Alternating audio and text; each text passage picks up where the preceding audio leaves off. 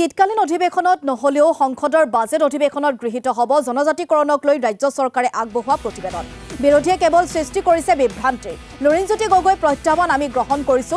বিৰোধীয়ে ভৰিৰ তলৰ মাটি হেৰুৱাইছে। এইদৰে এক সংবাদমেল যোগে জনজাতিকৰণ প্ৰসংগক লৈ মন্তব্য প্ৰকাশ কৰিছে ৰাজ্যিক বিজেপিৰ মুখপাত্ৰ কল্যাণ গগৈয়ে। সমান্তৰালভাৱে বিৰোধীক আক্ৰমণ কৰি মুখপাত্ৰগৰাকীয়ে কয় যে 1.5 কোটি মানুহৰ ভোট হেৰুৱাই শংকিত হৈ পৰিছে বিৰোধী।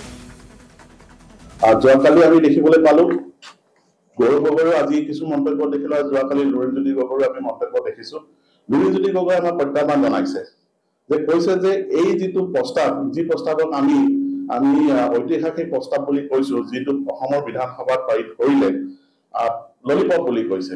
আমি তেখেতৰ প্ৰত্যাহ্বান গ্ৰহণ কৰিছো। লুৰিণজ্যোতি গগৈ মই ভাবো যে এজন ভাল আন্দোলনকাৰী, কিন্তু লুৰিণজ্যোতি গগৈ ৰাজনীতিত এতিয়াও নতুন পৰিপক্ক হোৱা নাই, অৱা শিকি আছে।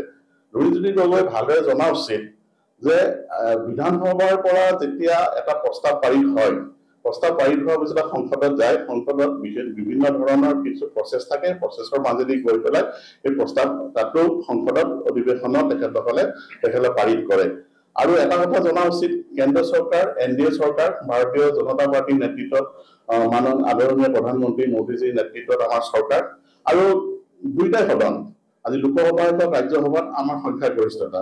তাৰ উপৰিও আৰু এই প্ৰস্তাৱক বিভিন্ন আজি বিৰোধী দলে আমাক সঁহাৰি জনাইছে। গতিকে আমি নিশ্চিত যে শীতকালীন অধিৱেশনত এই প্ৰস্তাৱ পাৰিত নহলেও আইন হিচাপে পাছত নহলেও আমাৰ যিটো শীতকালীনৰ পাছত যিটো বাজেট অধিৱেশনত নিশ্চয় এই প্ৰস্তাৱ গ্ৰহণ হ'ব, পাৰিত হ'ব, আৰু এখন আইন হিচাপে এই যি 6 জনগোষ্ঠীৰ যিটো জনজাতিকৰণ এখন আইনত পৰিণত হ'ব।